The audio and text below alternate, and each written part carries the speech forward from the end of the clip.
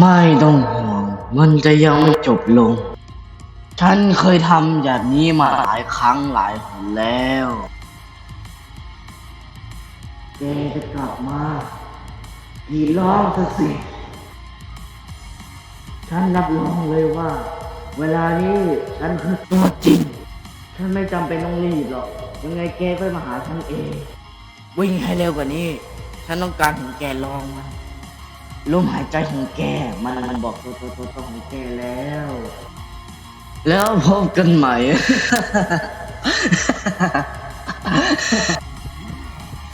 เสียแรงไปเปล่า